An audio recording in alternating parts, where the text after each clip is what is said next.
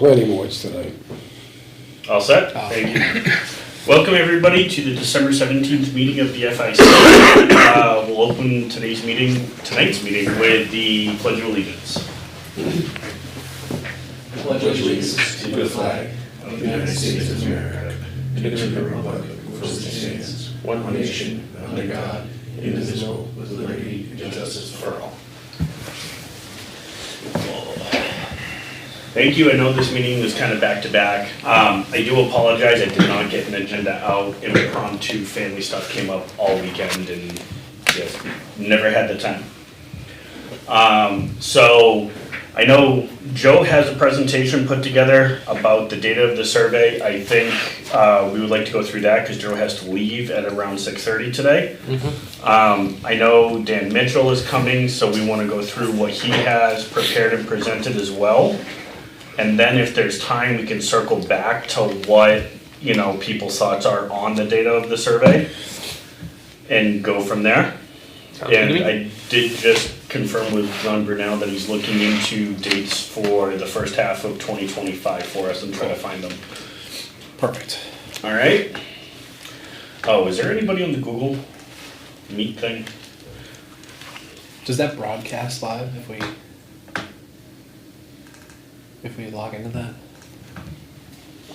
So I think we're already recording now. I think we should, I'll join it and see if anyone's on there. Yep. Oop. All right. Admit. And Bruno's on there. All right, so we have to get the room on there. Just so. What's the meeting? Where's the meeting details? That's not It's my worst day ever trying to find stuff on Google.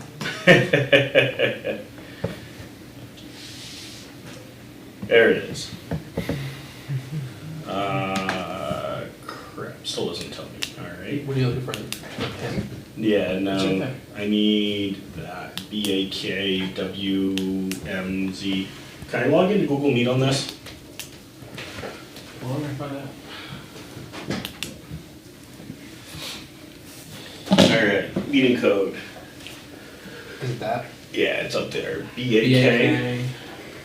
dash WMZY dash AKU.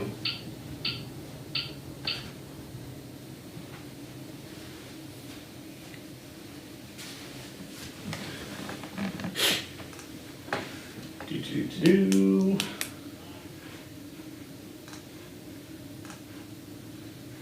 Admit.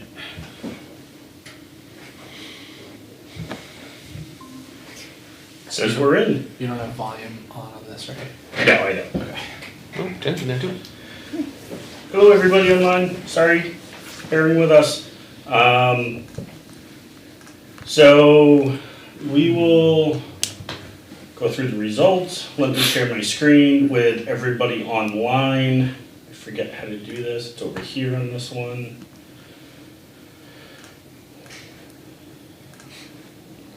It's the rectangle with the up arrow in it. There you go. Yep, yeah, it's just in like 17 different places, depending if you're on Zoom, Teams, WebEx, Google. All right. So first question, is this on the agenda for the school board tomorrow? Yeah, we're gonna.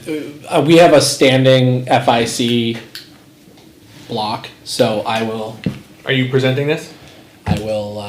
Dude, Yeah. you need someone to, Yeah, I can come help. If you'd I like don't to come. I don't necessarily want to present it, but I'll come help. Yeah, if you want to come help, by all means, absolutely. I was gonna say the same thing, is that I can be there tomorrow night as well. We can have a tend to estimated cover that time. late in the agenda, Okay. so I'll talk to you after. And Okay. I can give you an idea. All right. Do you want feedback throughout the discussion, or do you want everyone to present what they have individually? I think right now, this is just a copy and paste of the data. Yeah, you're talking about feedback on this, right? Feedback on that? On the actual PowerPoint? Yeah, I would say during during. the Okay. presentation.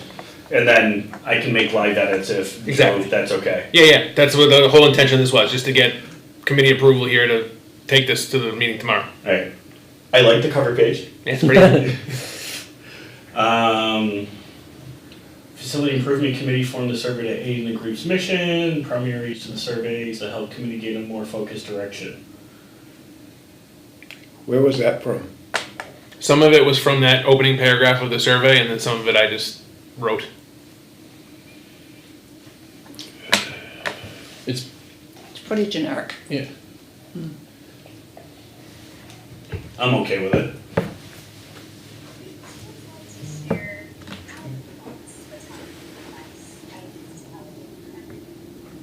Somebody talk. Here we go.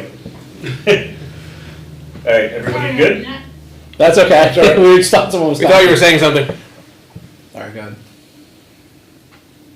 So I forgot the date we started it. Does anybody remember the date we started it? Around 10-1, it was right before the primary. May, it's actually May, when I did the first draft. No, No, when we first opened made to the live public, though. for Oh, I'm people to sorry, take we It a was did look. like the last week of August. Because it No, was, yeah, it was, because it was open for the September 5th. that's when it was. Primaries. So it was September 1st. Oh, last week of August. Yeah, I don't know, pick a date, put it in the box. Is there any way to increase the font size? I can do You can that. zoom in, yeah, on the bottom. I believe honestly it was live the day before. Purposely. What was that? It was live the day before. Yeah, We I don't- just say it was open the first week of September. That way we're not making liars of ourselves.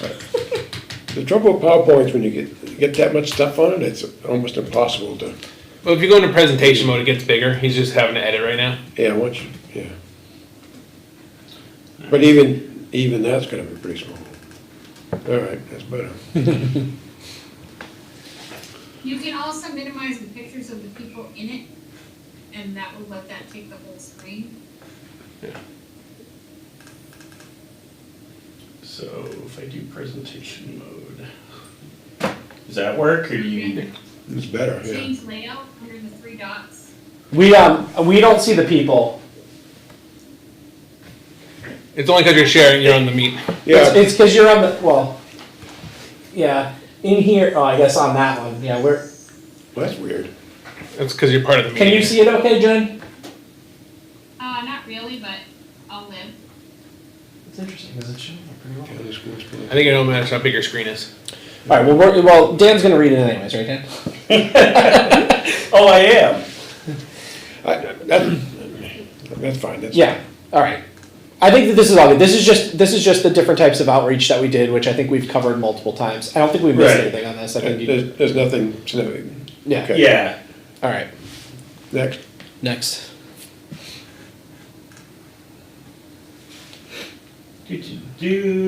So this is just saying what people did and the kind of generic totals that we got. Yep. 870 total responses, 853 deemed usable. Can we just put in the, can we just put parentheses for the 853 of the, what we hacked out? Like, was it, because it was like 11 were whatever, because I know the school board's gonna ask. I think we can put Or that. I can write it down. Yeah, we Yeah, we can either write it down or we can put it in backup or something. Because again, you start typing all that in here, it gets Yeah, yeah, that's Yeah. cluttered and We just definitely wanna make sure or I wanna make sure that I Yep. speak speak to to that. it. If you have the front sheet of what he presented last time, of who we included, that'll Yeah. have it Yeah, all. this does, Yeah. the Excel sheet. Yeah, he has it highlighted on the first page of it. Okay. 295 total comments, 368 would like future communications. Did all 368 provide emails? Yeah, so it says Yeah. 368 responses provided. So I took the people that And said, would like, okay, I yeah, took the people that said yes, reach out, I would like more information, and then went to. but also then took out everybody that did not provide an email, Yep. and you end up with 368. Because it's kind of hard when you say, contact me, and then you don't provide a way to contact him. Yeah, so did you take the three that put the email in the address column and added them to, I That- did not.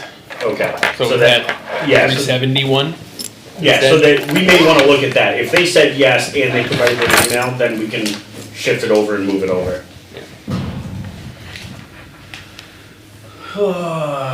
Why do you okay, so you restated the question, That's the exact question from the yep, survey. of other with an added comment, yeah, that's kind of exact. So yeah, you had the three they were all tax related on the bottom, but they were like 3 answers and 1 answer.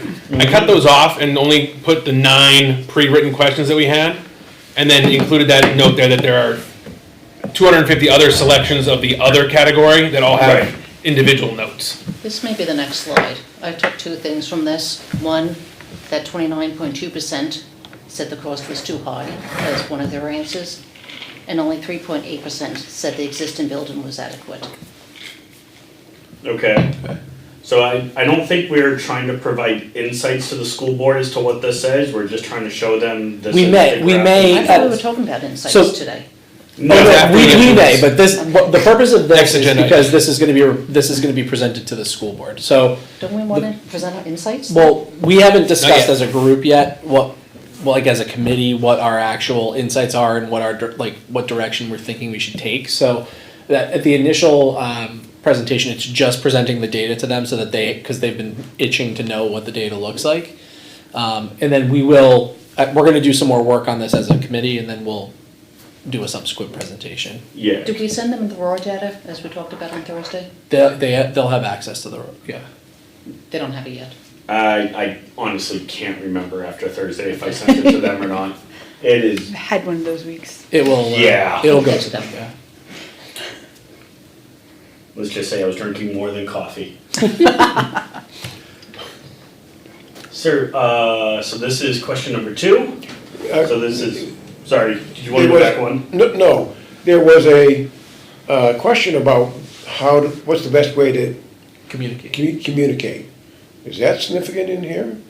So I didn't create graphs on that because they had first, second, third, and it was all over the place. Yeah, So I can go back and tabulate what most of that said, but I believe it was, I mean, I don't necessarily think it's significant in like giving us a direction on what we should do. It True. helps us know Yeah. how to then do how future to get the outreach. information out, yeah. But it's not gonna like, oh, they wanted to get contacted via the town webpage. It's not gonna help our decision on what our no, solution but is. I think it'd be interesting one of the reasons is, have we maybe not focused on communicating in areas we should have in So the the past? the school board will be interested in that because Yeah. we've historically had a great deal of trouble figuring So out the best I- way to communicate with I people. agree, I think it would be worthwhile to try to figure out. I don't know if it needs to be in a pie chart though, it could probably just be.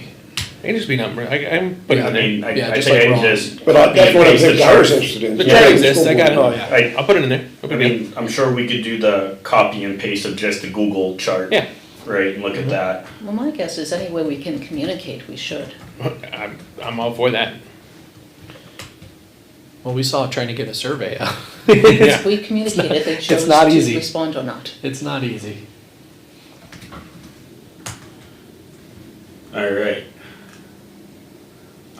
Everybody good with this one? Yep. So I changed all the colors because for a colorblind person like me, I couldn't see the difference in some of the other ones. Yeah, that's. I made them as bold as possible, so the different. dark, and I kept the color consistent throughout the whole thing. Yep. So would it make sense to do like the dots and the dashes and the lines and stuff? Because, I mean, I have some students who are colorblind Yeah. and just like, if you're like, oh, just If doing. it's close, I have a hard texture, time, like, add but bold texture colors to I it. can usually see. Okay. What is the way of response score? Something different than the PowerPoint page there. All we're seeing right now is the survey timeline and outreach from the screen. Oh, Oh, because you're sharing your computer screen, not the presentation you're putting up. Is there a camera I can highlight over there? I'm pretty sure. Maybe that's why I was confused. well, I can see why. I'm So you looking get- back at this and. Dan, you're on 2 separate screens right now. You gotta drag the presentation over to that one. There you go.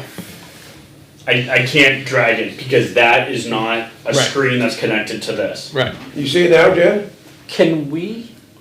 Yeah, she's got it now. Can I mention one thing I had done? Yes. I made a pie chart of the weighted responses, and I think it's a little more obvious what the answers lean toward with the weighted response. I gave strongly a 1 and So just basically you just combined, the 2 of them. so it'd be basically But I like, gave full it'd be credit. basically like making that all dark blue and that all red, right? Not really. Well, it looks about the same. I wanna go back to the weighted response by itself. I think it is wrong to do this. It's a fairly common way to look at a survey. What I did was. I've never seen it done that way. So why would we have even asked, why would we Exactly. ask strongly support? Like, it wouldn't make sense to have any sort of indication of strong support versus regular support if you're not gonna weight it. The evidence is right there in the pie chart, you can see it by itself. But you should just be. I think weighted is the wrong word for what we did here, right? Like it's No, not I mean, a it's weighted. weighted. You didn't give more credit to one or the other, right? Yes, Like, you did, you you did. just scored scored much them, credit. and then you did the math and subtracted. And so that's you weighted, basically yeah. took a strongly support and a strongly not support, and they canceled each other out. And then you kept doing that until you were left with whatever your final number was. What I did was, if you strongly supported or not supported, you got 1 credit. If you just supported or not supported, you got half a credit. So I think we did it. We did for the same twos thing and once. ones, Same just to- thing. Yeah. Well, You wait, just we got- did not agree on that process ahead of doing this survey, and quite truthfully, if you go in and look through what was presented, it gives a very strong preference to the new school. Well, let me, so, Can I mention one other thing? well, hold on. Before we even talk about specific options, how do you propose that we account for strong support or strong lack of support versus Support or support non-support. or non-support? Well, all right, just look at the pie chart and make a evaluation of what you're seeing. There's no other way to do it. There is. It's called weighting it. Like that's the numerical way of doing it, as opposed to saying, do I think that there's more red in that pie chart, or do I think that there's more blue? Because you have to That's what have, percentages are. but right. But, Support is the total of the two wood. so we should and- not have asked for a strong. So there's no value to a strong support or a strong non-support. No, there is interpretation, yes, there's 13% that would strongly support it, there's 34 that would support it. All right, but you add those two up, and it's less than the would not support total.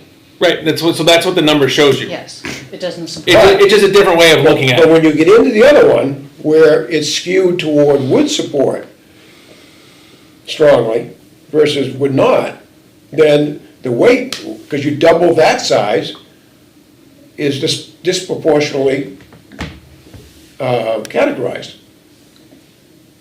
It doesn't disproportionately categorize it, it gives the, It just gives a larger positive do you number. really believe in it, or can you live Well, with what is it? how I it, tell look me at what it. minus 80 means. What is it? That's mean? what- It's only what all it means is when you're looking at them across each other's to give us an indication of, is there more general support or more Well, general lack of skip to support? the one that says new school. Okay, can I? Sorry, I missed the interrupt for conversation one about second? fonts and colors.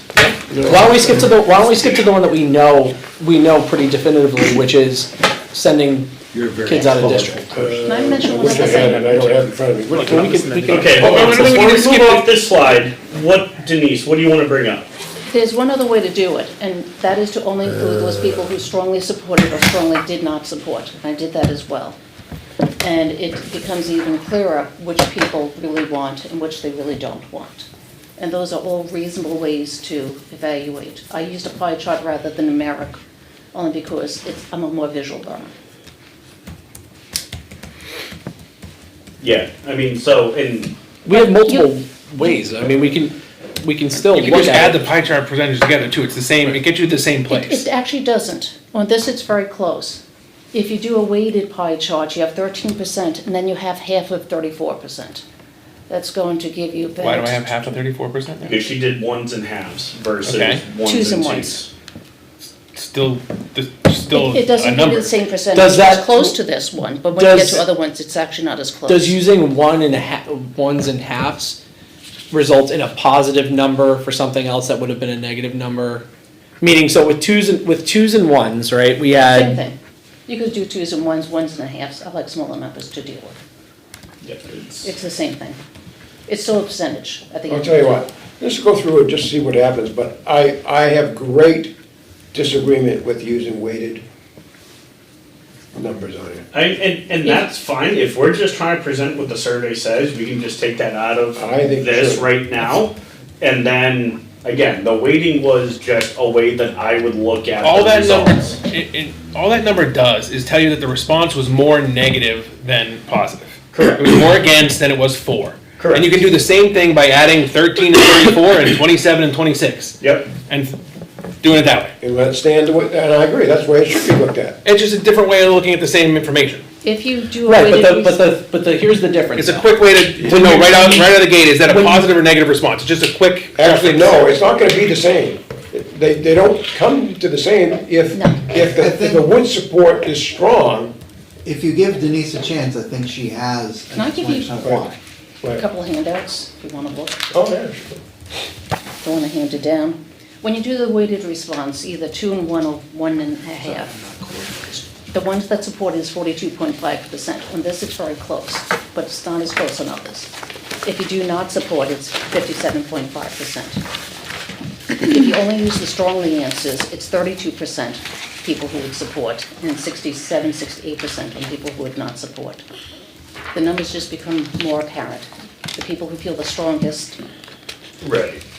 are the ones who. But I think what's important about this strongly versus normal support or non-support is people in answering this, certain things may have been acceptable, certain things may have been preferable, or vice versa. Like either it's really like I'm firmly against this, or this would not be my preference, and I'm going to express that this would not be my preference. And I think that by waiting, we get a better idea of those things. Because ultimately, where we have to go from this is we have to try to narrow down to 2 or 3 maximum options that we could pursue. Really 2, I think, is the... The results are obvious from the Well, charts here- you have in especially Well, this. I don't want to... I think we have to have more of a conversation. Let's look at the results of question 3. Why don't we go through question by question?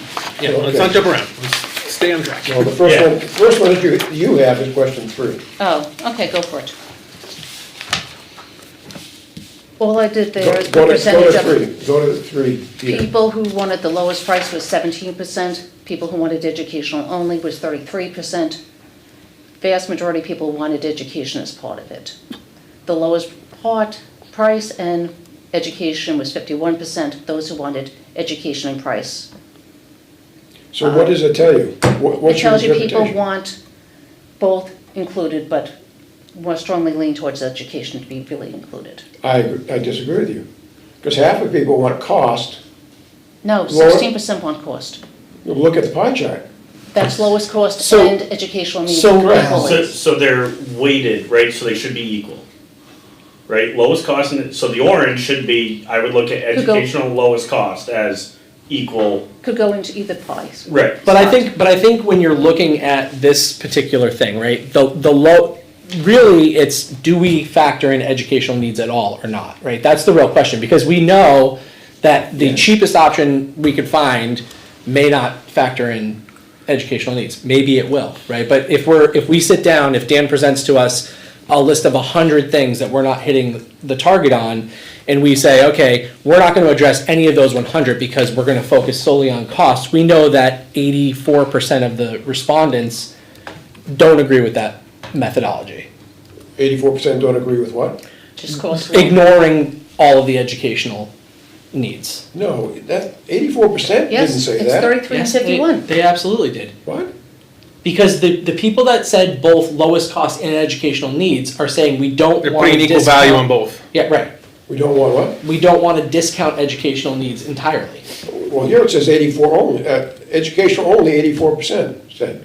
No. No, That's that's mislabeled. Yeah, so what that's saying, is that's a combination, no, what this number is, she's combining education only with the price and education both. And then here she's doing lowest price only with price and education both. I would argue that this number is not as consequential because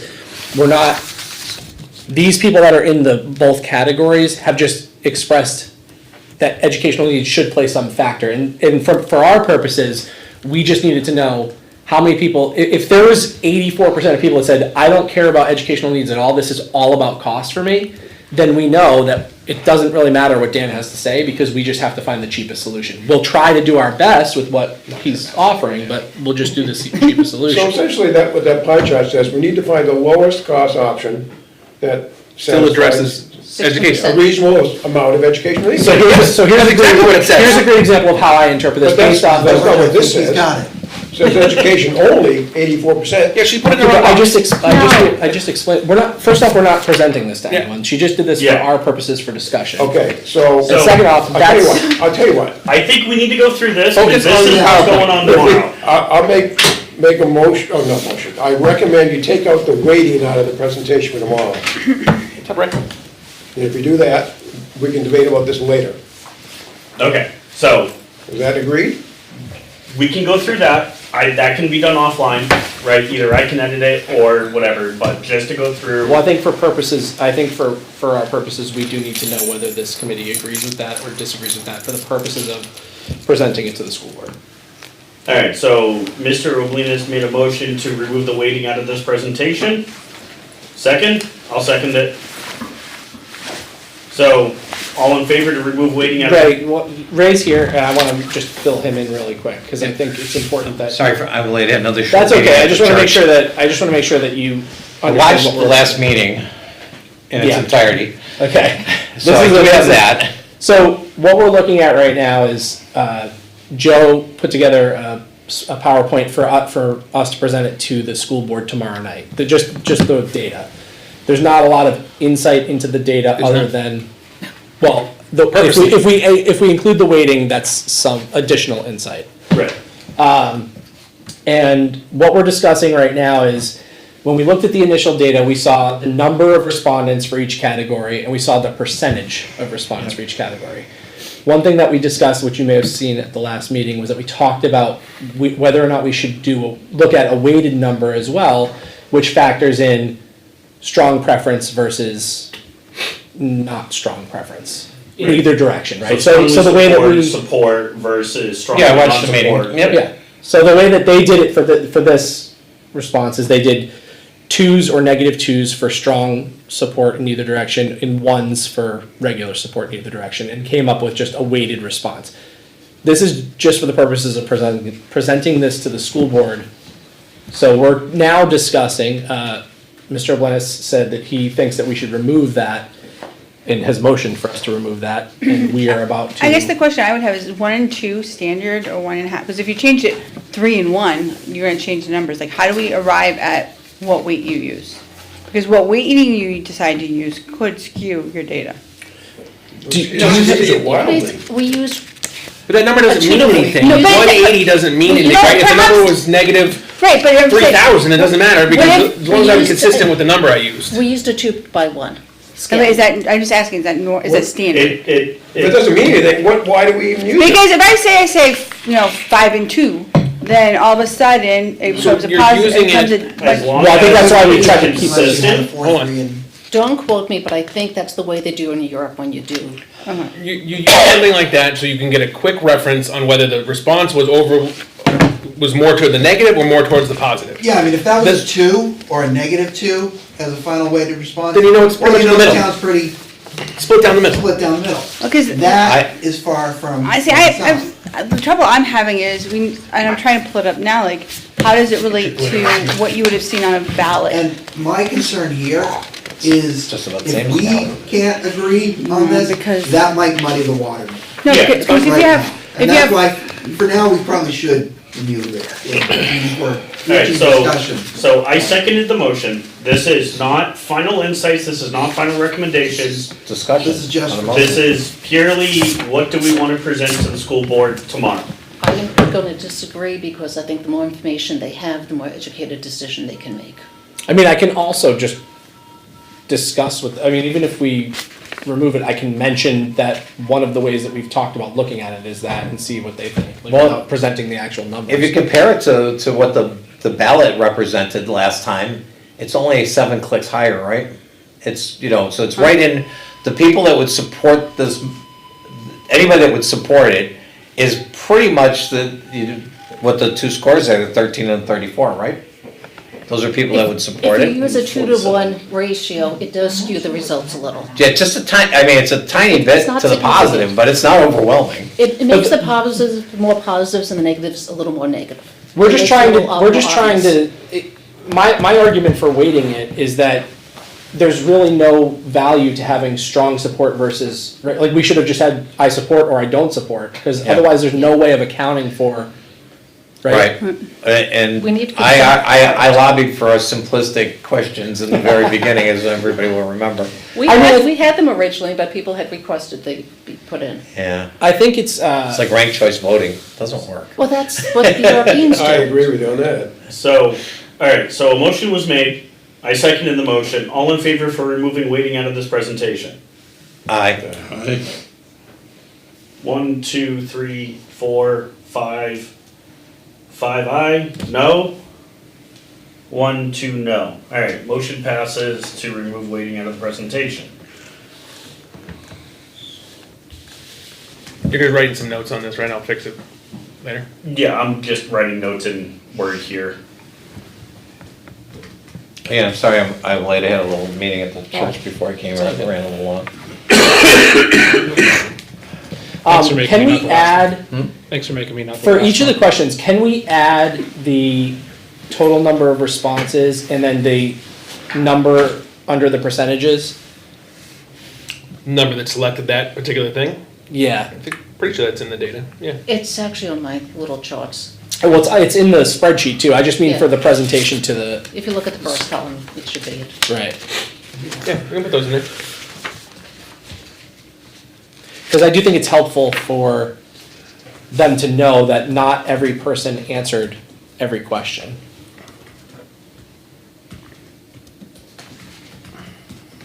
I agree, I think that'd be helpful. Yep, Alright, no objection. alright, next question. Renovating GMS and adding an addition. So again, I mean, ignoring weighted response, that's coming out.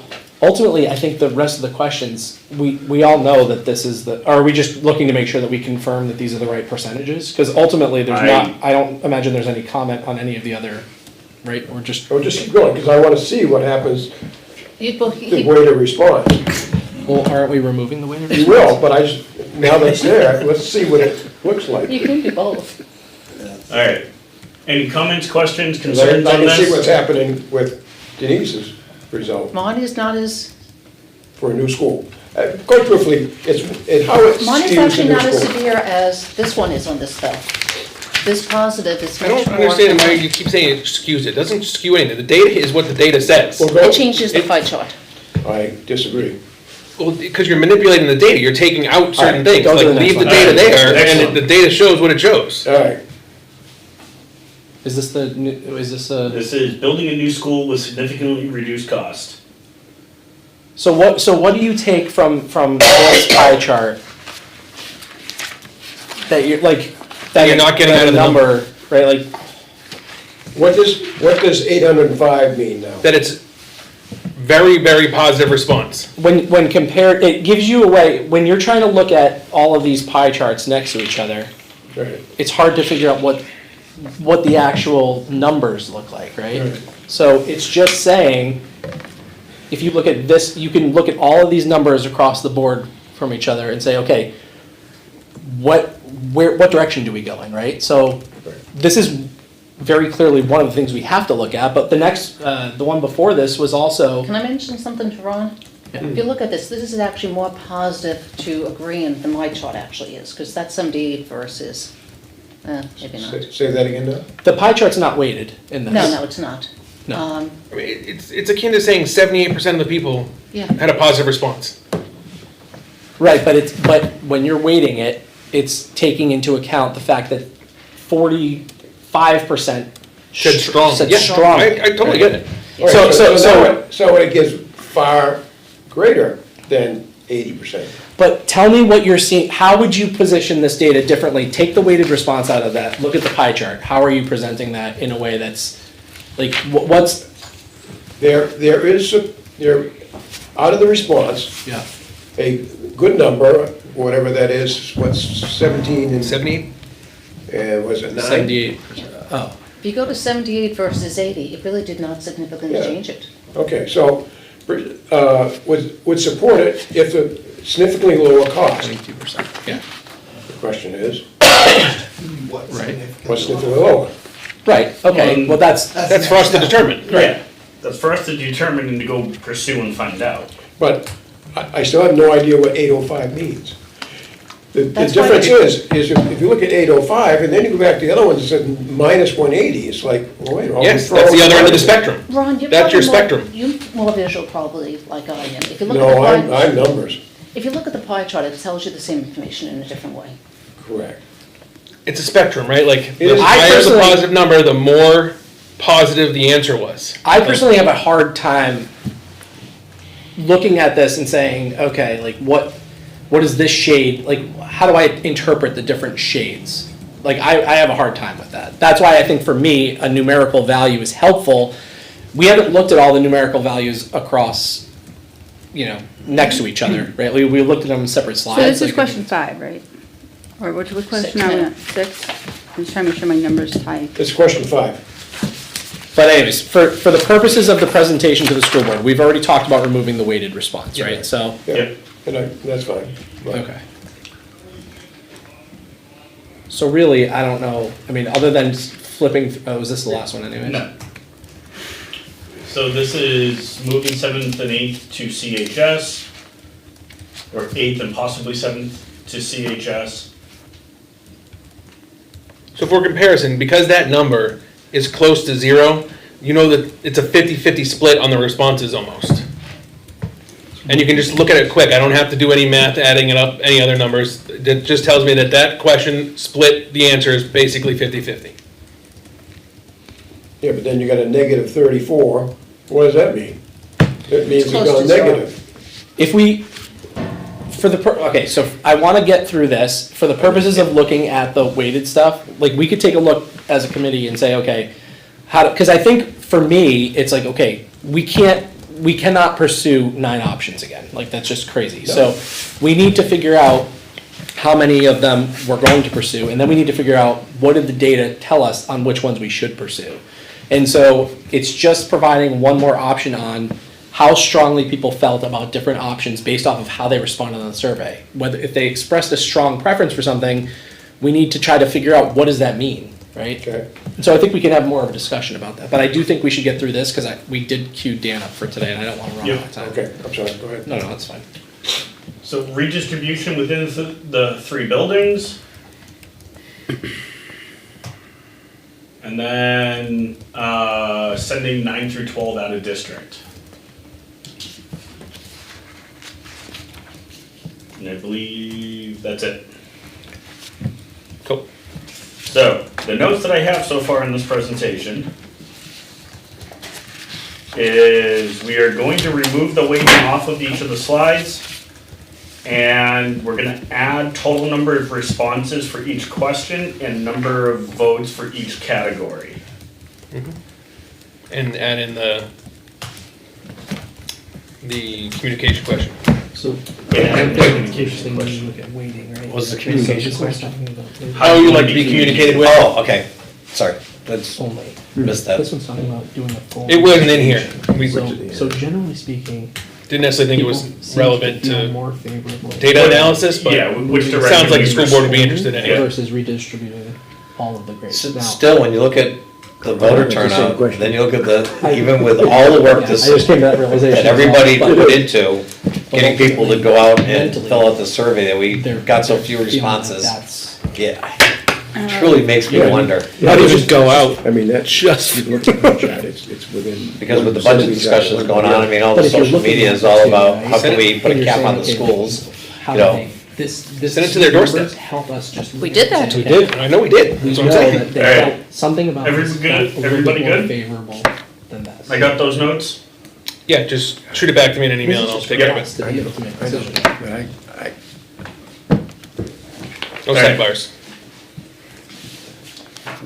we'll beat this one later. Alright, so we got through that. I am going to email this now, making sure I'm no longer sharing. Alright. Mr. Mitchell, I believe you are up, good sir. All right. So I prepared it, or in a speech, because I've been trying over the weeks to kind of organize it and see if I could get photos, and the photos that I took weren't. So I have kind of prepared it in a little bit of a speech, which I will also put on the drive too. Says I don't expect you to remember everything, and I'll be happy to clarify or answer any explanations after. So I'm just going to go through this, and then hopefully that sparks Can I ask discussion. a quick question before you start? Yeah.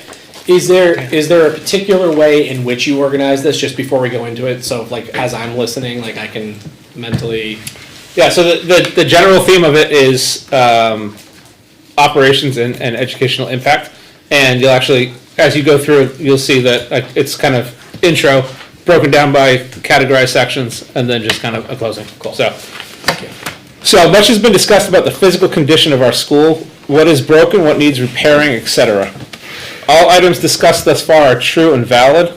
The building is in need of severe repair. The direction to go, the priority to be given, and the strategy to take in terms of this is at the heart of the debate. However, there's another aspect of the conversation that is just as important, if not more important, and that is the adequacy of the building. As has been mentioned, GMS has been a hallmark of the town for decades. It's a testament to the town's growth as well as its resourcefulness. As the town grew, so did the school. Throughout its time, GMS has been added to as the population and the needs of the town grew. As needs changed, locations and functions of the building have been reused to meet those needs. However, often this reuse did not come with a redesign. Currently, we have a number of spaces and a general layout that is not compatible at best and not compliant at worst. When talking with folks in town, there's a strong sense of nostalgia associated with our current building. I'm glad to report that I tend to only hear happy, fun, and interesting stories. However, since the building's inception, and in fact for most part, since its last update, 3 major moments in history have altered the educational landscape and have directly affected the operations and usability of GMS. In 1975, the Individual with Disabilities Educational Act was passed. In 1990, the Americans with Disabilities Act was signed into law. And in 2023, the New Hampshire legislature passed the Screening and Intervention for Dyslexia and Related Disorders requirement. These 2 laws have had the effect of moving educational needs and requirements well beyond the scope of the traditional classroom. Further, they have redefined the requirements of an education beyond the core subjects and into a space that encompasses a variety of needs. All of these place the requirement of intervention on the school. These interventions can be individual, small group, involve specialized spaces, require specialized equipment, and they all go beyond a narrow definition of learning to incorporate a readiness and availability to learn. These are not burdens, as we as educators value and appreciate these opportunities. We just note that they require spaces, and more importantly, intentional design. In order to keep this as brief as possible, I'll present items for your consideration in categories. This is by no means meant to be a comprehensive list, but rather the start of the conversation regarding the educational impact and adequacy of the current building. While bringing the school up to a state of good repair is necessary, it may not be comprehensive enough to address the needs of the school, the town, and their future. The first category is a lack of core. The lack of core services creates long distances to receive support services. This minimizes both learning and service time. Many services are integrated or connected. No core creates barriers to educational consistency for students. And it creates unnecessary spacing between vital resources and functions. The second category is inadequate spaces. The office does not have a line of sight to the outside, which is vital for security purposes. Many support services are in undersized, reused spaces. For instance, OT, PT, speech. Reading support has 3 people in a two-thirds classroom. 5 teachers share 1 classroom space, and 4 case managers are in 1 classroom. No spaces for small groups or individual learning. This is necessary not only to create best learning environments for our most vulnerable learners, but also necessary for confidentiality and privacy reasons. Often hallways, stages, cafeterias, etc. are used, but this presents many obvious concerns and problems, including possible FERPA violations. Our current support suite is in a cutoff space and has 3 staff in what amounts to a third of a classroom space, with 2 small private spaces. This is the space that requires some of the greatest privacy and discretion in the school. Our current classrooms. While in plans it appears there is adequate storage square footage in most of our classroom, the concern is more with the layout, spacing, and other design issues. Large floor-based HVAC components eat into the square footage. Rooms are not designed with current electrical demands. Some rooms only have 3 usable outlets and 2 electrical sources. Many classrooms have no built-in storage, requiring large furniture or equipment to create organization. Most of these classrooms were designed without flow or flexibility in mind. And in some cases, temporary walls have been put up, which inevitably creates what's referred to as sound leak. Next category is functional obsolescence. This is my reference to spaces have been reused, however, they have not been redesigned. I like to say you could put a bed in your kitchen, but you haven't created a new bedroom. The nurse's office was a locker room, which results in inadequate treatment space, ventilation concerns, storage concerns, etc. The original science lab is now a special education space. There's also been a preschool and support center. One preschool class is in what was designed as a computer lab. The office was originally designed as a multi-purpose space. The OT-PT area was originally an overflow classroom. Speech is a cutout of a larger classroom. Reading support is in the remnants of a classroom that was divided to create an additional egress. The design and layout of the school itself. With the design of the building being the result of a series of additions, what in essence has been created as a long line school with 2 additional buildings being the portables. This has a few impacts on education operations of school in a few different senses. I'll focus on 2 subcategories, response and maximization. In terms of response, based on the placement of the office and support suite, a response from admin or support could take much time, requiring exiting the building and re-entering another, or long travel to reach other end of the building with little to no place to make up time or move in a direct fashion. The location of the nurse's office limits response time to medical emergencies, similar to the admin response. This also creates a long exterior, which is also harder to maintain and secure on a regular basis. In terms of maximization of space, when instructional needs require an alternative space, these spaces are often far from the classroom. The walk for a first grade student to receive OT, PT, or speech services can require a walk the entire length of the building. This takes minutes that can be used for instruction or intervention, and for the service provider, it actually doubles the time lost. For case students, they often need to switch buildings to receive many services. And then time is lost as well in finding a spot to work. With non-dedicated spaces, often improvisation is necessary and may require time lost to finding a usable space. While I recognize that not all these issues are insurmountable and some may even involve simple solutions, they hope to represent a sense of the totality of the situation and conditions at DMS. As this committee moves forward in their consideration of next steps, I hope that the solutions not only address the condition of the building, but also its adequacy. The history of the building in the town is about inventive and reactive reuse. It's now necessary for intentional and proactive design. So, like I said, I put that up. I will also put it on the drive so that you can, I don't expect you all to digest it right now, but you can go through and I'll make it a, not editable, but commentable Google Doc, which I'll track over the next couple of days. So if anyone has specific questions about anything. So, I mean, you've worked in other schools, obviously. Can you, I think as like a non-educator, right, like there's a lot of talk of like, okay, well there's long distances, right? Like now, I was married to an educator, so I have some idea because she did have to service kids and I knew how little time she had in between.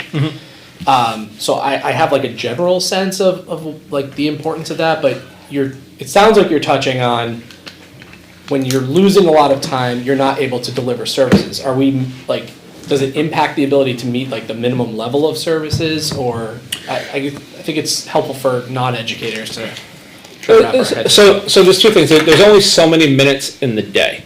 Right. And we want to maximize the minutes that our educators are educating. So part of that is cut in to travel to get to the student and then travel with the student just to, that's minutes of their day that are not being used for instruction. The second is, if you think about just the youngest learners, traveling 3 to 4 minutes to get to the space from the classroom, that is lost time, which you then have to, usually with the youngest learners, then have to kind of re-ramp them up, because they can be in learning mode, and you take them to the hallway, and if it's more than 2 minutes, they are now out of learning mode, and you have to kind of get them back into learning mode. It's really just about that maximization, and even then, there aren't those private, quiet, or individual spaces. Every student who receives some sort of individual or small group instruction is getting it in some level of shared space, at best. It's either a special education room that is divided between 4 case managers. It's a 2/3 classroom shared with 3 reading support students. It's a converted classroom that is kind of a catch-all that is shared with 5 educators. Sometimes, because it's easy and accessible, and sometimes the closest to the classroom, it may be the cafeteria, it may be the stage. Sometimes it's the hallway. It's wherever we can do it. But what they don't have is that dedicated space. And that's important because, Well, for one, it's important because some of those students, when they're receiving that service, have a level of FERPA protection, FERPA is, Family Educational Rights and Privacy Act. It's a lot of, it's HIPAA for educators. What I could tell you is, as a parent, if you're sitting in talking to a caseworker, you have kids coming and going through that office. I could have told you, although I'm HIPAA compliant, who was going back and forth through those offices, and I shouldn't ever know.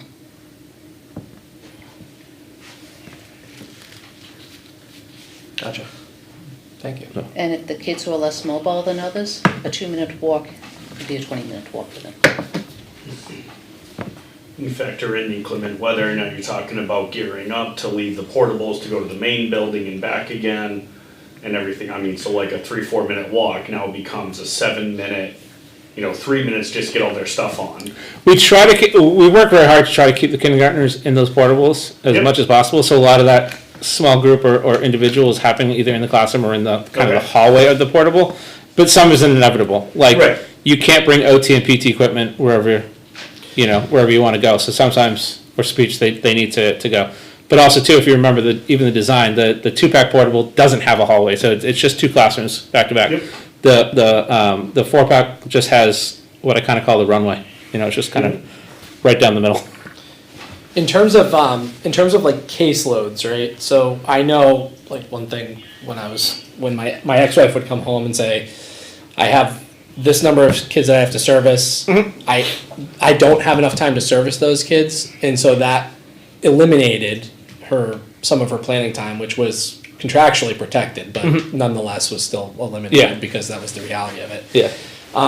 Do we run into stuff like that? Like, are we dealing with any stuff like that? I mean, we run into that, but I want to keep that out because caseload, it doesn't matter. You could have the world's nicest school, you're still going to run into caseload thing.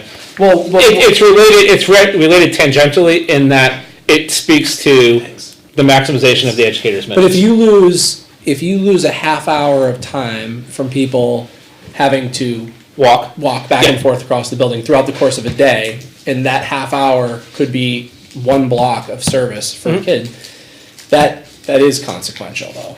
Yeah, I mean, yeah. And I don't know if that's the case, but I'm just saying, like, that is consequential, both in terms of our ability to adequately service students, but also in our ability to adequately retain staff if they don't have time. Like, that's a concern that, Well, even in a new school, you're gonna have some of that anyway. not if it's designed. Reduce it You significantly. reduce, but it doesn't eliminate it. No. But you don't wanna focus on, I can see where you wouldn't wanna focus on that, because that might lead parents to believe their kids aren't getting what they need now. Exactly. Yeah, no, I mean, there's a cumulative effect to every minute saved, no matter what the design is. And I will say to the committee, like, the reason why it took me so long is, and finally wrote it is, and I hope it came through, is that I tried to write this to present it so that regardless of what direction this committee knows, they just recognize that these are the solutions that we need. Whatever direction we go in, these are the problems that we need solutions to. So, in that, no matter what we decide, some of these are still going to exist. So we've talked about redistributing the grades and reusing the buildings. Some of these issues are still, you're going to have to either live with it or address it. So based on the current building. I think something that would be helpful, like regardless of what the data says, is coming up with some list of things that would be beneficial, right? Like whether it's, you know, even if it was just taking the current building and reconfiguring it, like what would we be trying to achieve, right? I think we need to figure that out from an educational perspective. Yeah, I mean, I think I don't know if you have it already, Dan, but if you could take like your main concepts and points in there and put them in a list, and I would think we take the building structure stuff, put it in the same list too, and then you get your options across the way here and figure out, okay, which one of my options addresses this thing? Right. And you put check boxes in them and we'll see who's got, which option has the most solutions in it. So, example, like maybe it's, you know, these types of services, it would be helpful if they were like centralized as opposed to on one end of things. Or we need this many small spaces for pull-out stuff that's to provide the privacy or freedom from distractions or whatever. I think if we can start to like boil some of those things down, then if we end up, as we evaluate the data and we look at it and say, okay, well, if it is just reconfiguring the existing footprint, which it didn't look like that's what the data said, but if that is what it is, then we know, okay, well, can we do these things? Which I think is what Joe's saying, like we would be able to table I mean, those out. you can even do it like, right, with the options that we even had in the survey, right? You can just, if you had a list of all your issues, from educational to structural to property, whatever it is, Remodel, new and you just go school. down the list, and then your columns are all your different options, and you say, okay, privacy, which one of these things address, it could be all of them, and you just check on and see which one's got the most total at the bottom, and that's like your focus, and that's where we start doing deeper dives. Maybe you take the top two numbers and say, those are our deeper dives. Combined Which is with- actually useful, because then when we Yeah, the most engage number of someone percents, to, Right, yeah. then when we engage someone to help us Here's try my to list of evaluate needs. these things, right, we have a basic list of Right. things that we know that, or we think we Here's need, our laundry list. right? Well, if I could just point back to something that already exists, and regardless of all the other things that may have run it up, the layout of the proposed school from last year, I will say I had a big hand in the actual layout. Not the size, not the aesthetics, not other things, but where things were placed and why they were placed there was intentional. And I will say that those are the conversations that I was having with the architect. The reason why the office is where it is, the reason why there's special ed spaces where they are, the location of where the reading support was so that it was centralized, like all of like the general layout and the flow of the building was intentional to create, to kind of, I think, mostly address all these. I am not saying that a new school is needed to achieve that, but I'm saying if you're looking for, well, the blueprint, the blueprint for how to attain those things, it is there in the blueprint. I would suggest also putting safety very high on the Yeah. list these days. Yeah, we definitely need to, I mean, he was talking about educational impact But only. he also touched upon safety. Yeah. Well, that's why I think you make Definitely. one comprehensive list that Right. includes everything. Right. And then you can start putting in, Some might be Your options. ranked as you have to by the state or you should for different reasons. And you go down the list. I mean, you can rank them, I think, once you figure out how you're gonna address them, right? Like, if you have one thing that none of our options addresses, then maybe that's a major problem. Right. One thing that was interesting to me, because you were pretty involved towards the end of the last proposal. And I was not on the facilities committee, but I was involved in some of the meetings. And so there were things that were discussed, like, Joe loves this, because I talked to Joe about this, but there were things that were discussed where they were talking about, like, you know, they brought designers in who are like really education focused, right? So they're like, their brains are not thinking about cost or taxpayers. Their brains are thinking about how can we like put out, you know, kids that are all going to go to Harvard, right? Like, you know, how can we just educate them to the max? And so one thing that came through on that was like, oh, there's these, you know, open almost atrium spaces where you can like have like collective work. Wouldn't that be nice? But like one thing that I see in the balance of needs, right? Like the over 50% said it needs to be a balance of cost versus education. And like to me, that speaks volumes, because that's something that if someone presented that to me, I would say, you know, this seems like something that's expensive, it's adding square footage. It's a want, not a And, need. and it's a want, not a need, and our community has very clearly said, we really need to be considering cost. Well, and what I just heard Dan say, and Soundly- most of his things, is you need privacy, not more open space. You need more private space. Well, they were gonna give you private space too. But, you know, that's the I whole don't point, need the right? other one if we're not gonna use it. That's part of like things that drive me nuts about all of the schools, right? There's space in there that's just not getting used. Like I think of GMS and that long hallway that has no classrooms on it, but it has that open courtyard in the middle of the school. Dan, how often does that courtyard get used?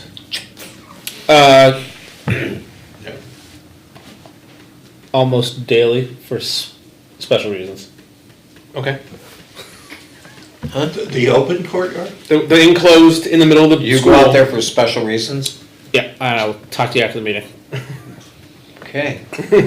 Even in the winter? But most. But I'm just saying, like, Particularly in the winter. those spaces to me just like don't seem useful. Can't wait.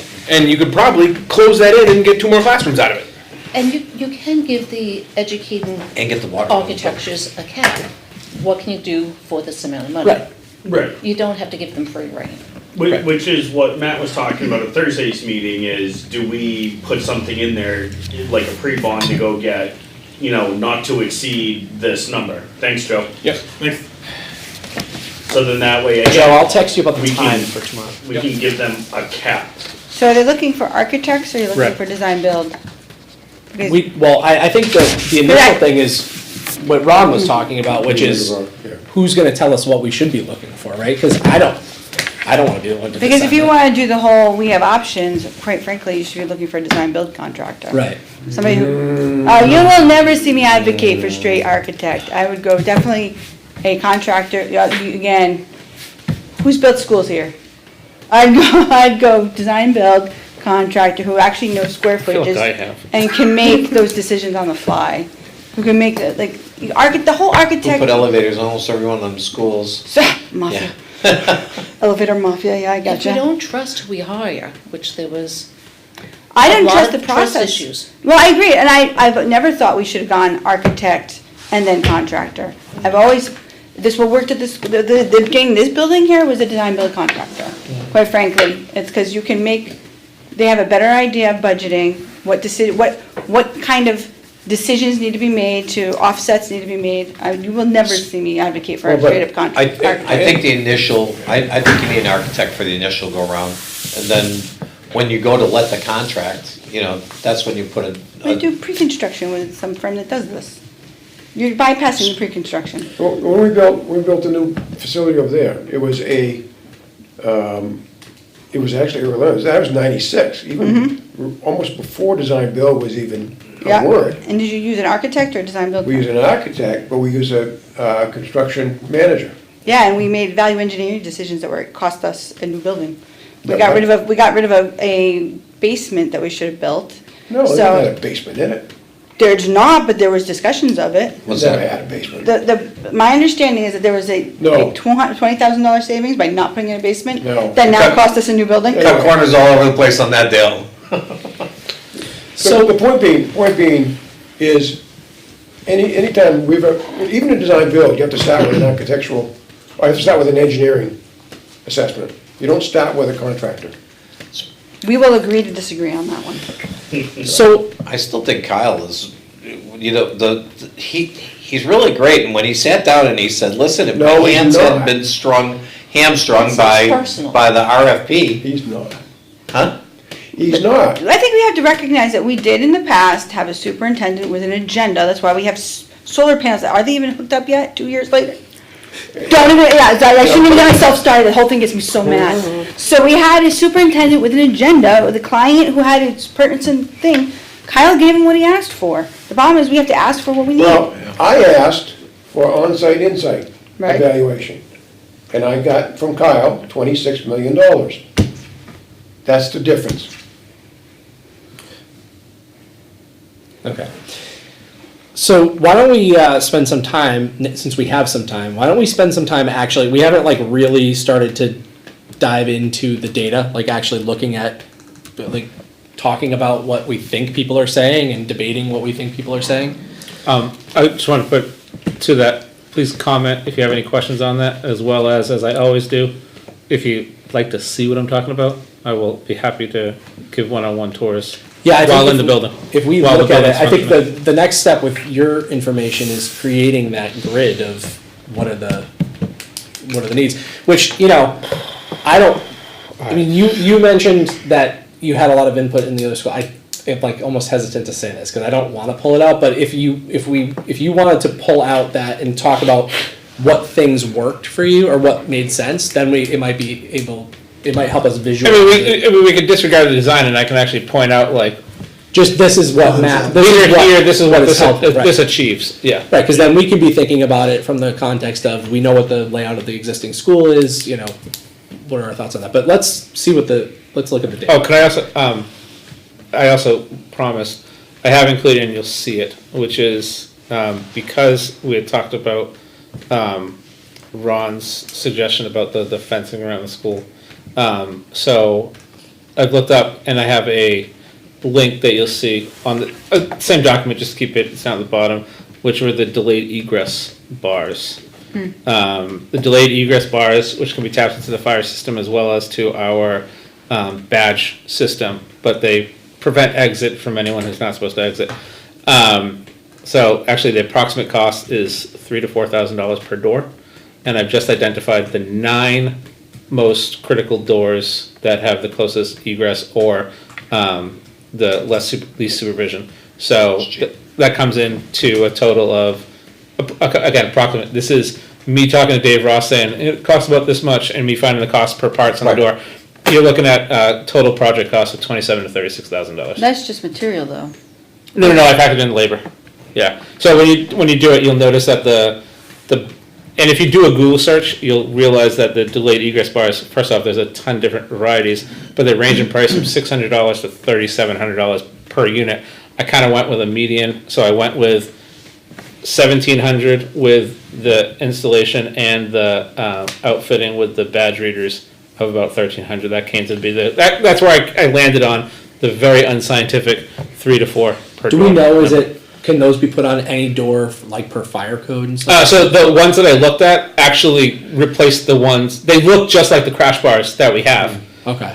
In fact, actually, if you have ever been to the middle school currently, they're almost close. So if you enter the vestibule at the middle school right now, they have the 2 doors.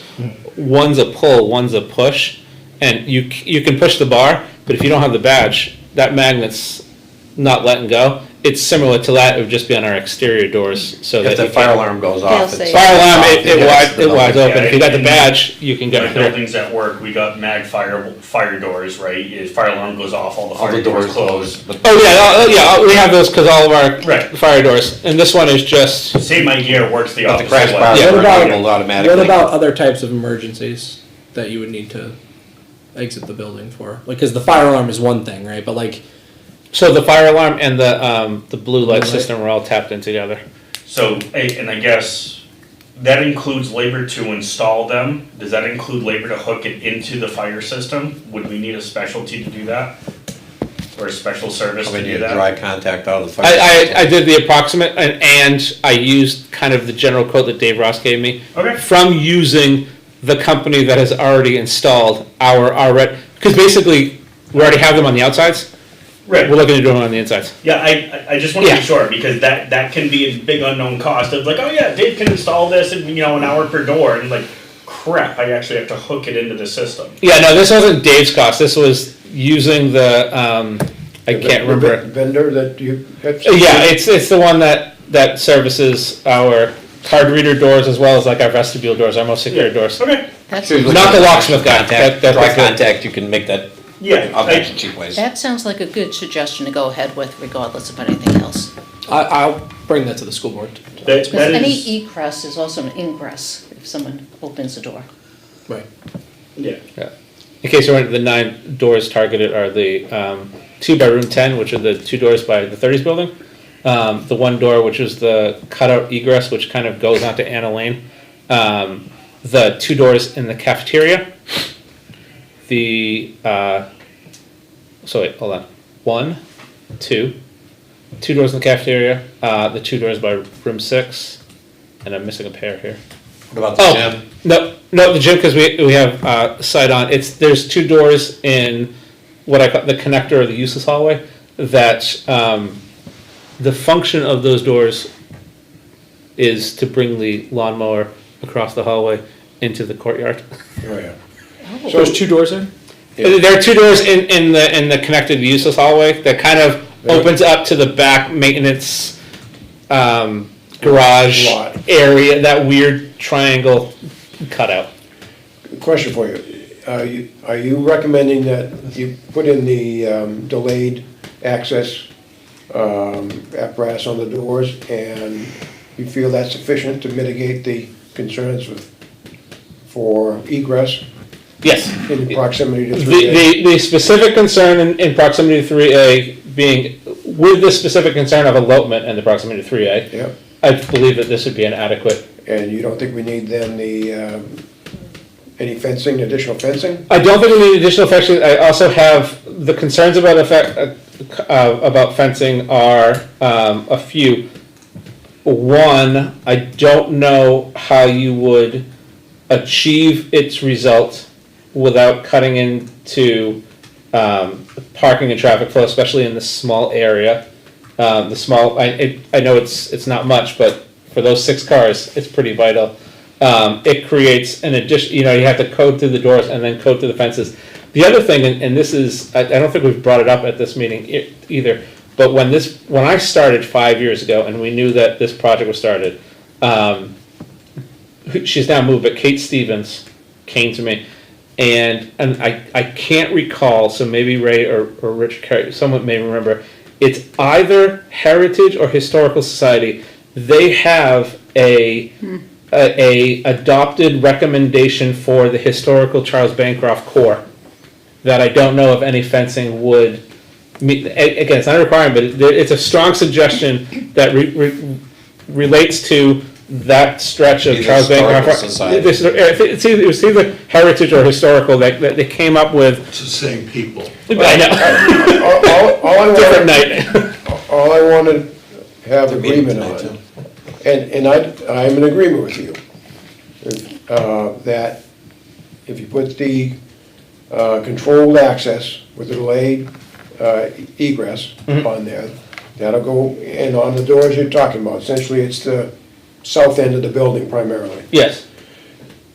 That would provide substantive mitigation for the proximity to 3A and kids getting out on the street. In terms of As it elopement, relates- yes. yeah, as it relates to elopement. Yep. As okay. yes, as it relates to elopement, yes, absolutely. All right, I would endorse it for that. now, should we as a committee then make a recommendation and support that? Matt I would said just he's put- gonna bring it. Well, I mean, if the committee says don't bring it, then I do think it's worth mentioning to the school board regardless, but. By the bylaws of the committee, I can't tell you what to do, but if, I would just suggest that you don't use any of my numbers, but rather Go get real quotes and take that quotes. Well, I mean, It's worth exploring. to investigate, explore, and pursue if, yeah. yeah, I I mean, can guarantee the budget committee will ask for it. Yeah. well, you recommended it. The committee or- An estimated approximate cost to Yeah. be, verified. Yeah. I wouldn't spend any money until we get to a direction where we headed, So, It's because you might be just throwing money that you're gonna tear down the next year. Well, And To that point, It's gonna be a to that few point, years. these are a good idea no matter where you're Oh, supposed to. no, it's a good So that's, idea. I recommended it because it's something that whatever, these I are just hate to with us. spend 30,000, then Well, so another Dan year said- from now, just throw it away and. No, Dan No, said you they just can come. relook at the doors. They would come with us. Come with us. Huh? I said, The system this can come with suggestion was because no matter what we No, do. that's not true. That's what he just said. Yeah, Well, that's the- not true. The other side of it, Ray, You need exactly the same doors. there's no way anything different is gonna occur for 3 to 4 years. Again, but It doesn't a mean. direction's gonna come out of this soon, I would think. This is a safety concern that has been raised in this town and and targeted to this school for as long as I can remember. And now we have a recommendation to deal with it that, I think addresses multiple concerns. So I hear what you're saying, Ray. Yep. But we also have to realize that even after we come up with a decision, there are just still things that need to be addressed at GMS. Some of it is gonna be a sunk cost, just to deal with the interim concerns. I was with you on that when Ron's I'm just, initial thing was I like just 100. would love, I'd love that we got to the direction first and say, okay, Yeah. we're gonna tear down the 1970 section, we're gonna build an addition, we're gonna do this is the plan. Right. Here we go. So, on those doors, do we really need to spend that money today? Do you think today it's gonna solve anything? Or do we spend it and we know we're gonna throw it away, but we're doing that knowing that we're gonna throw it away? I think you have several safety issues these days that have to be addressed before the next year or two. I think it might make sense to Ray's point, like, we have some data in front of us. We're getting close, We do need to right? start talking about it, right? And I think we have a little bit of time right now, so I think we should try to do that. Well, Not that we hold shouldn't on. queue that up. So I would queue that up with firm quotes and everything else so that you could load it into the breach and pull the trigger, So, if that was decided. I think that's where we are with it. Right, Nobody's that- saying, go sign Right. contract tomorrow, but it. I mean, ultimately, it's up to the school board whether, Right. like, Right, I was gonna say, we don't have any so, control over that. so, going back to what Ron stated. Ron, would you like to make a motion? Yeah, I'd like to move that we install, recommend to the school board that they proceed to investigate and implement the recommendation for, what is Delayed it? egress. Delayed egress. Delayed egress, Yep. door locks on 9 doors as designated by the principal.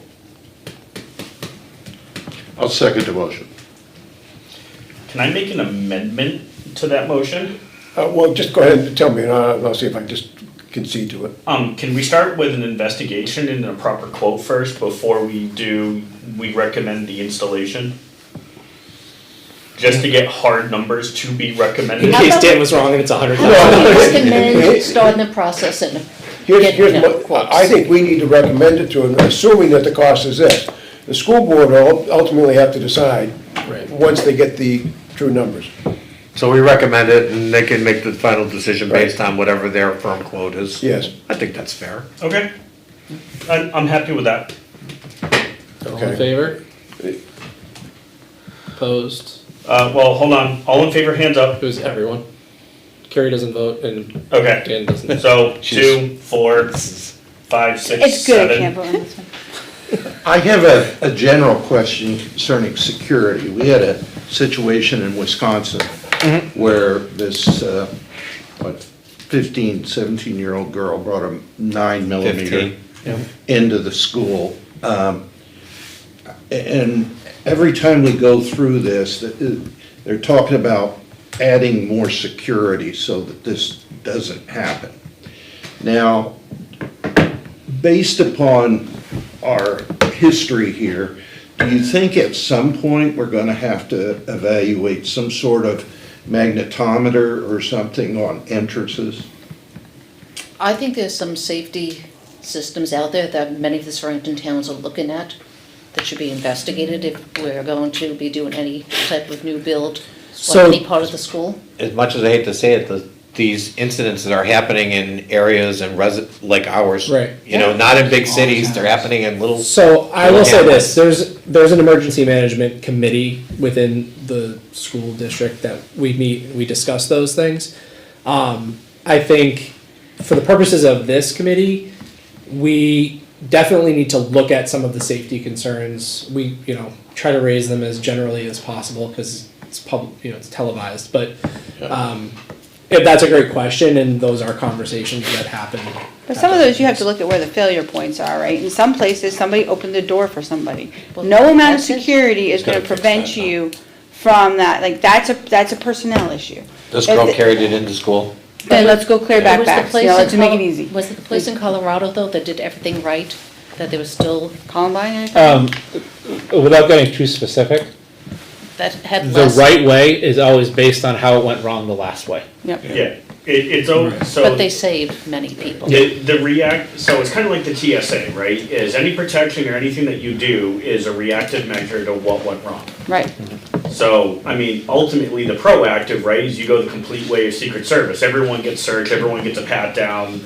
So the problem that I would have is you start throwing magnetometers or, the metal detectors, it's gonna flag off of anything. We don't Someone's gonna pencil, a metal pencil case or a lunchbox. So again, for the purposes of this committee, I don't think that magnetometers would be a discussion that we would decide here. However, I do think, one thing that I've been very vocal about is, you know, so you have preventative measures and then reactive measures, right? Like we have to be able to react to emergencies as well. Hopefully we never have them. One concern that I have is that we do not have emergency access around the back of the building, the entire back of the building. I mean, we could by foot, but there's no vehicles that you could get back there. And so when we're looking at suggestions as a committee, I think those are the types of security things that we can be considering, or line of sight from the office to outside. That's a big, you know, important one. If they can see things coming, they have better reaction. To Rich's point, when it comes to incidences, what we consider from within the school population, obviously you hear about when it goes wrong far more than when it goes right, and it happens right far more than it actually does go wrong.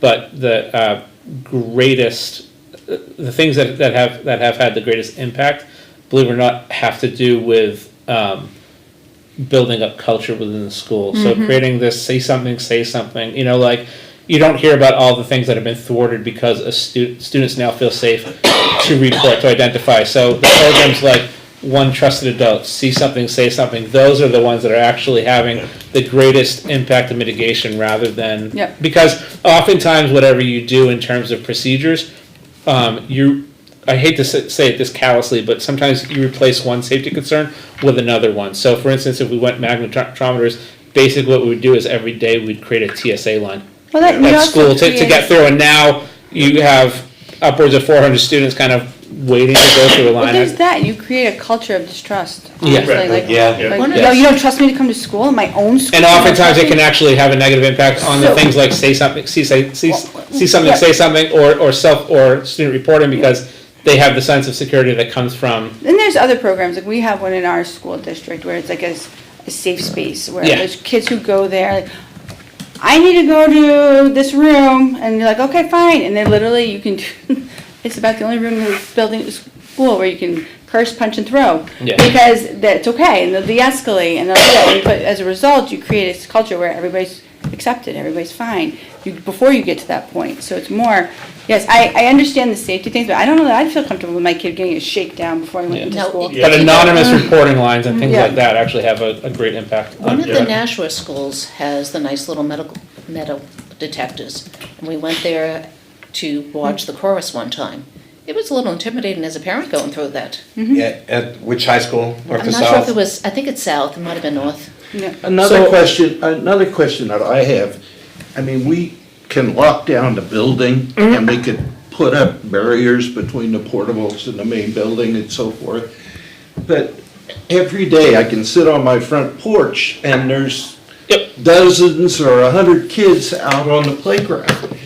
And that seems to, I would think, if I was of a mind to, I mean, I wouldn't even have to go into the school to cause havoc. Thank God there's probably only 2 people watching this right But now. I've never seen any school attack. Oh, no, if you could go right down some of the Nashua schools. No, he's talking about actual attacks though. Oh, Realistically, like- Onto a playground. No, Because, What Do do you you have want any damage? ideas? Yeah. no, Yeah. I understand, but But I'm there with you, it's like, there's more scary ways that somebody can. but the badge There's- system worked in the, Welcome to my Colorado occasional school. 3 a.m. thoughts, Rich. All right, I really do want to I shift. think we should move past I'll talk this. off camera, I'll tell Hey, you. Dan, Yes, coming back to the safety things, I'd just Yes. like to kind of close these out. yeah, You would also, in my recommendations, I had included adding Jersey barriers. yeah. Do you agree or disagree that you think that ought to be included? That was in your reaction, that you were worried about vehicles striking the building. Carrie said that the building itself is gonna stop it when I mentioned something Mahan? about it too. What'd I do? You mentioned that the car really is not going through the concrete Did I say building. that? I just want to I put may it not have to been bed, because I have it out there Gonna be tough. in reaction to Might have what been you right. said previously. They're not that wide a wall. The blocks aren't that wide. I don't know, They're electric cars are standard heavy concrete now. cinder blocks, and we don't know how many are filled. I don't think, I think If we I were, investigated it. as has been referenced before, coming up with a priority list, I would not put that as a tier 1 priority at this point. Let's, okay, we're gonna shift right now because Yep. we need to start Let's talking. think Can I just, positively. either we can talk about it now. Remember, the other recommendation I had was regarding traffic turning off 3A. At some That's a point. good, honestly, that's, What? I think that's a good That's a state idea. issue. Yeah, but even still, I've been in that line, and it gets pinged, and you can't move, I did. because you're literally stuck. I did it today. Have parents put their child on a bus. No. The line goes away.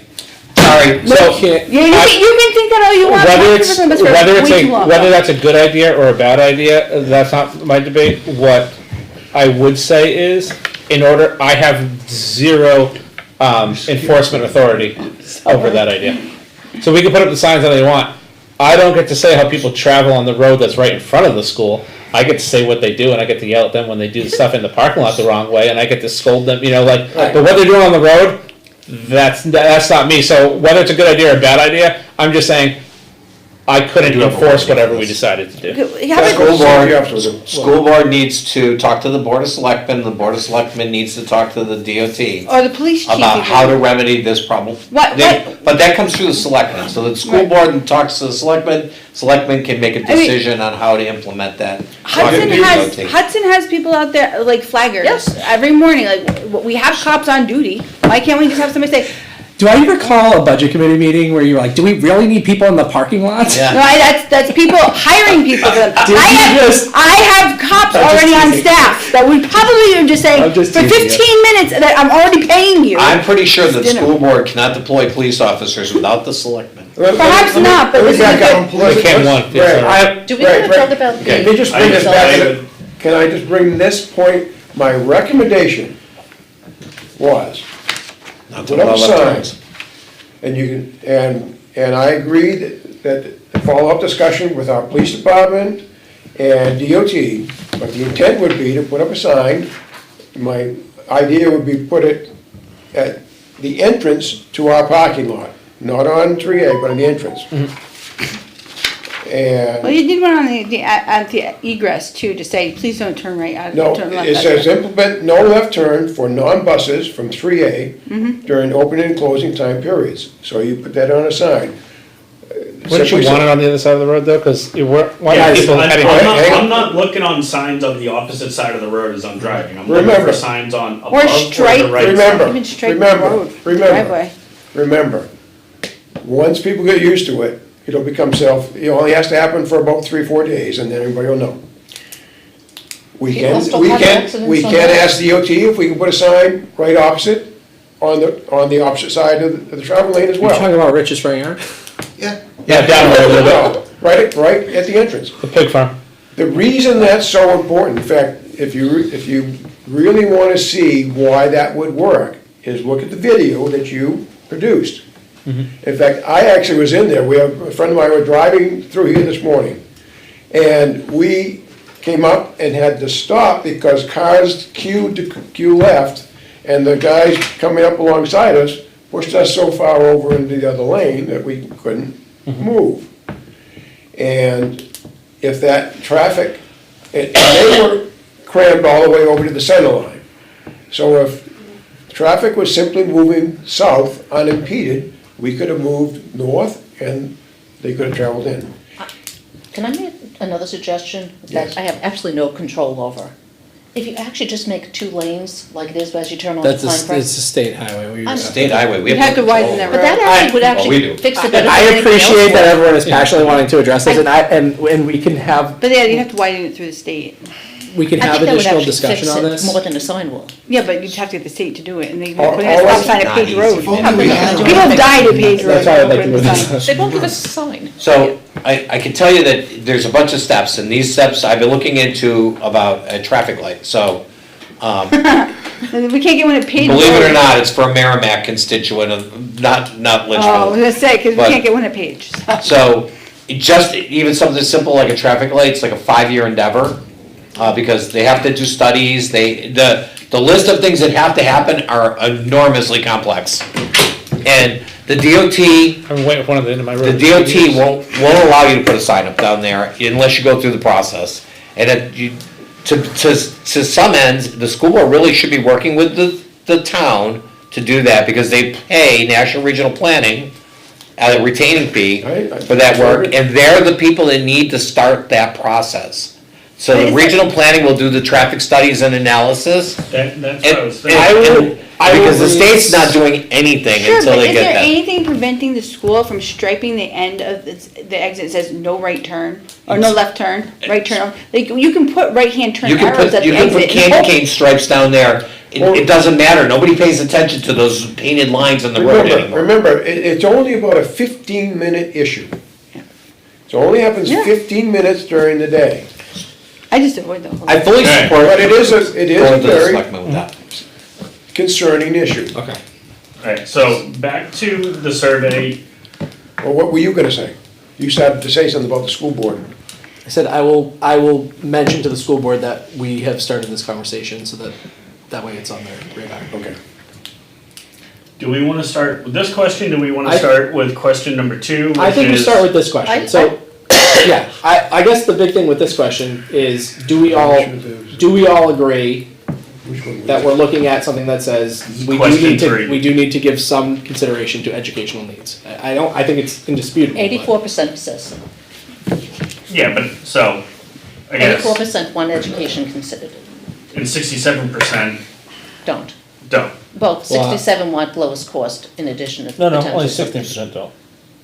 No, so, but if I go the same route that Denise is going, right, so she combined 51 and 33 to get 84, I want to consider But think education. about the Yeah, but actual. you think said a about- don't, not a.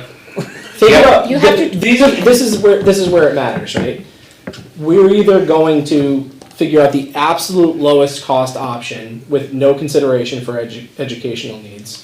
Or 16% we're of the gonna population. factor in educational needs. Yep, Like the people that, You can't say that 76 don't want education needs, because 51 of, like, if you're including them in the one, you have to include them in the other. Yes. right. Yeah. 'Cause the only- Really, And- only 16% don't want educational needs considered at all. Right. Sorry. What I'm saying is, if I look at it as 84%, I will also say 67% will prioritize lowest cost Yeah. as a significant priority. 67% care about the You have cost to of it. do Correct. Yes, yes. So Yes, the I agree. difference, right, is really, 8%. what, 18%, 17%, right? Factor in, percentages of accuracy, so 5%, 2.5 on either way. All I'm trying to say is, no matter how I split this, half the people want to consider educational needs. No, the takeaway is that they want a balanced approach. Yeah, Yeah. so, you have this group that considers cost, and you have this group that considers Yep. education. There's an overlap there, and unfortunately, you can look at it two ways, and you get two vastly different assumptions. I think they're both valid. Well, I So think, cost and educational needs to be balanced. I think what we Yes. needed to know out of this question though was, if it was, the majority of people, it was all yellow, right? Then we really know, it doesn't matter, like, we don't even really need to start thinking about, we need to just design Whatever the the cheapest lowest thing option we can possible. Yep. And then hopefully we can address some of the educational needs with that, but that's not the primary driver or directive from the town. Well, 51% said they want the lowest cost No, that supports that's the lowest educational cost. needs. That's, Yes. supports educational needs. With that, that's what they need. So lowest cost with educational needs. Right. Not reasonable cost. I'm gonna So- suggest that tells me that they don't want to just fix the problems in the current GMS without any expansion. Well, let's go look at It's a the piece next of question. that, I mean, that's. Right. So Could go I, ahead, could Rich. I ask, on primary election day, when Yeah. you were doing the surveys, you were doing an excellent job, by the way. You were getting a good response out of people. We got a decent, we got about Yes. 130 responses on primaries. But my question is that there's a certain element of people in town that are just gonna say no. Yep. And although we got a lot of responses, there were far more people that just shook their head and walked by. Yep. Now, what is your impression of those people that just shook their head and walked by? I could tell you that when I was sitting there, their answer was it doesn't affect, it's not, I don't have kids in the schools. And our response to every single one of them is that you're a taxpayer. And it's So- gonna affect every taxpayer, and they still walk So by. then the concern would be you have 16% who say lowest cost no matter what. Are your numbers gonna overcome the other 25 that will sink your bond vote? And so, I guess so Denise is right, so majority of people said it doesn't concern me, but Until they have to. once they said that, right, they still kept walking. Even after we told them, it's gonna hit taxes, no matter what. So, what I think overall, people fill out a survey and fill out a review when they're dramatically for or against something, right? I don't fill out a restaurant review on Yelp unless it was absolutely blew me away, or I am like absolutely opposed, I will never give them my patronage again. So that's where I think what needs to be balanced, right? So part of the way that and again, I've only started going through this, part of the way that I look at this is what does the survey not say, right? So the survey says a lot, but there's also an absent of what does it not say.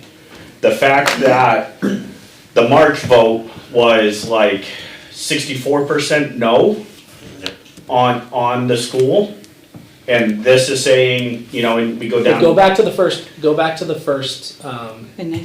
I look at this and it just says balance to me. right. Yeah. Right. Oh, that's right, this is another presentation. So, the problem that I have, right, is what the survey and what the responses are not telling me, right? I agree with Bob that some of this is showing that we got majority of people who favor something to do with GMS. Now, this is telling us the biggest reason why it didn't pass was cost, and a variety of reasons. But there's a bunch of other things in here that it is telling us too, right? Like, the building was more than what was needed. Right. The bond structure was confusing. Like, there are things that are really important here to understand. I will also go with None of those. taxes, increase in taxes, bond struck, or the building was more, it all results back to the cost was too high, right? If I wanted to succinct all of that down, and I take all of this stuff that taxes, cost is too high, building was more, cost is too high. So that's kind of like those bottom three all result in taxes and cost to me. Right, so, this is just the fact that we left it as an other with an open-ended response. So that's why we have like 7,000 responses and, compared to the 5 or 9 buckets that we applied. I mean, the biggest takeaway of the survey is for this committee's work is that all sides have large constituencies, and whatever you do, you're not gonna get away with just one of them. right, You're gonna applying have the to one bring or the some. other. So no matter what way we swing or which direction we go, Yep, you gotta bring a coalition, yes. Balanced plan. a balanced plan. It's gonna require a coalition. And you Reasonably gotta, priced. right, and choice. you gotta address the people that are a hard no, right? You gotta address some of the concerns. And these are some of the concerns that I believe that no matter what we do, I don't care what solution we pick, we have to address. Cost, fine, we get a not to exceed number. But those top two, that's significant to me, The right? second one is only 15% though, when you do the math. What do you mean, Dan? The top two are saying? That the school board and this committee need to do something to address that the town's response in 315 people selected, they don't have, that's half of the total surveys. But Sorry, two-thirds. people are allowed to choose multiple answers. Correct. So it's not people, it's answers. Yeah, but you Fine. take that and the one below it, the cost overrun, and that, which is what caused the other one. Right, Yeah. so, 15% of both of those categories were positive for that. 85% did not. but I will challenge you on that thinking. There is 850 something actually responded and could have picked that. Out of the 850 people that could have picked that, 315 did. And so I yes, think they that's could okay. have picked Right. 30, they could have picked everything else too, but they still made a point to pick those two. And quite frankly, if that's what someone's feeling, right? When Carrie talks about we need a supermajority to pass a bond, it's really important to address, Yes. that to Without a me doubt. is low-hanging fruit, right? Like, Right. obviously, you're not, if you don't trust the school board, like, I would see Nope. why you'd just be like, nope, I The don't. vast you can't majority come of the up with school board has changed over since the original. But it's not true. proposal. So the problem is, we know that, school board knows that, selectmen and town officials may know that, but the community doesn't, and they don't believe that the school board is still aligned with the way they think and feel. So it's not the fact that it did, it's the communication and the optics that it It's the did. optics. There's another thing that's happening though, I think, and Carrie, you can probably attest to this, right? Like, there is a different dynamic presently, I think, between the school board, the school board, the administration, and the budget committee, and the board of selectmen. There's a lot of collaboration that's happening. Right, I mean, it's still gonna take some time, it's not, you don't Of flip a course, yeah, switch and be like, right. cause right now I'm in a trust but verify phase. Of course. I'm willing, like, Absolutely. willing to give the new guy, the new group, the benefit of the doubt, well, let's see if they Right. go hang themselves, you know, Right. we'll trust but verify first. That's your default. But I would, From New York.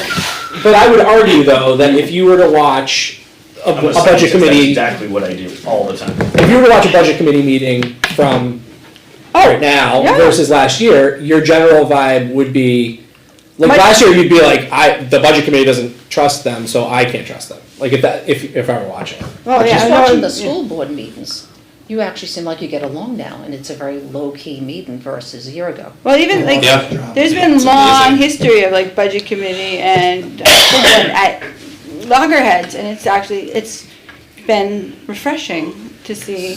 Two things that I learned going through the Campbell exercise was that you have a certain percentage of the town, because they don't have a connection, they don't have kids in school and so forth, they're just gonna say no. Now, those people can be positively influenced, but you cannot give them an excuse to say no, okay? So if they're thinking about the middle school, they're gonna say no. If they're gonna think about the solar panels or whatever, they're gonna think about jetty, they're gonna say no. So we have to not give them an excuse to say no. The second thing is, you have to be able to say, I have looked at all the various options. We can't just say, well, we need a new school, it's gonna cost $40 million, take it or leave it. Yes, I You got have to, that. when we were going through Campbell, we had to absolutely investigate that we didn't have any place to send our kids. We couldn't send them to Alvern, we couldn't send them to Londonderry, we couldn't send them to Memorial. But there were people in town that didn't believe that we had exercised all those options. And this is where, when Dan comes up with these things, or Ron does, we have to be able to say that we have looked at all the options, and we have to be able to tell the townspeople, this is why we're going with the way we are. And if we have credibility, and the school board has credibility, then I think we'll be miles ahead. And my question about the survey is those people that just passed by and said, I don't have anything to do with it. And you persisted on that, and you did a great job. But there are people that just don't want to have anything to do with it. And I just wonder if those people are keeping an open mind, or they're just saying no. Well, I think I think one thing that's going to be important too is sometimes people think to themselves, well, if I just vote no on this, like I see what the tax impact of this will be, right? But we're not really presenting what is the tax impact of not doing this, because there's very few circumstances where you can say we're going to just do nothing and there will never be anything that needs to be done that won't impact your taxes if you vote no on this. And I think that that's a really important thing for us to consider, because getting information out there is important too, right? So Carrie, you're infamous for, is it a good bang for my buck, right? Like, you don't want your taxes to go up, but you understand that, like, things cost money, and if it's a good bang for your buck, you're open to that. And I think that that's really important for us to help people in the town understand as well. But What I found interest in was going back to the existing building being adequate. only 3.8% of the answers. Mark that as a option. We're gonna start going through those, I think it'll. No, that's just the 8th one down on your list there. You know, one thing that's actually interesting, and I think, I went to the budget committee the other night and said this, but what is the elephant in the room for next year is the impact of the increase in the school budget from this year to next year. And I understand, you gave back 1.4 million, but you're asking now for another 1.8 million. And that's got cut down to maybe around 0.6. Right now, there'll be a $3 million hit on taxes in this town, only due to the school operating budget. That is $1,200 on a $500,000 home, $100 a month, before any other Wait, consideration. can You I, have a lot of other things that are coming down the pipe. but it's not a $100 Whereas- million hit. But it is, It is. because you artificially suppressed revenue last year by giving money back, so now we have Which to raise. lowered this year. Right, which means we're. But no, that you means we factor the Remember, 1.6, I'm so just- you're 1.4 negative. Doesn't work that way. So you have to raise the 1.4, so we gave back Remember- 1.4 million that we didn't collect this year. But what So that means happened next year is, you need that 1.4 Either plus your way, 1.6. Yeah. we need to address the schools. I'm just telling you, regardless I'm of just what the telling you, tax is. your taxes, just if nothing else happens right now, it's gonna go up roughly $100 a month. Just on the school But you side. watched our presentations on what it is, like, we're not, I you am. know, we're not I am. buying all the admins like BMWs. But you have added things in that I think are tone deaf. Okay, well, And I said it the other night at the budget committee. I heard you. And one of the things, you know, So, I just wanna be clear, we're not gonna debate the school budget in here. No, I know. That's not what the But purpose of this committee is. what I think But is. there's context. Well, I think That's the too, point. the school board has to be cognizant of already we have, the cost is too high and lack of faith in the school board. Right. We need to make sure that whatever budget comes out, you can make the case that it was the best bang for the buck. Why should we trust you after not trusting? And that's that's the battle you're gonna have when you have this big increase coming forward. Well, and I think that's gonna be a part of no matter what decision we do, right? Is we're gonna spend a year-ish or more just trying to beat that down. To try to swing that back. That's multiple years in the making right there. It's I- gonna take that. I understand, but But it's also the largest tax impact increase that people are gonna be seeing since I've moved to town. So I guess the question is, do we think that, at the end of the day, if the survey, if we think it's statistically significant, then the best we can do is work off of the information in this survey, come up with a plan, and we have to take all of these things into consideration. But Yes. we need to try to do something. You know my takeaway from the whole survey, if I can just summarize it, is the slide that says 51% of the people want the lowest cost and consideration of educational Yeah. needs. Is that right? Balanced approach. They just want a balanced approach. Let's summarize the whole thing. So now,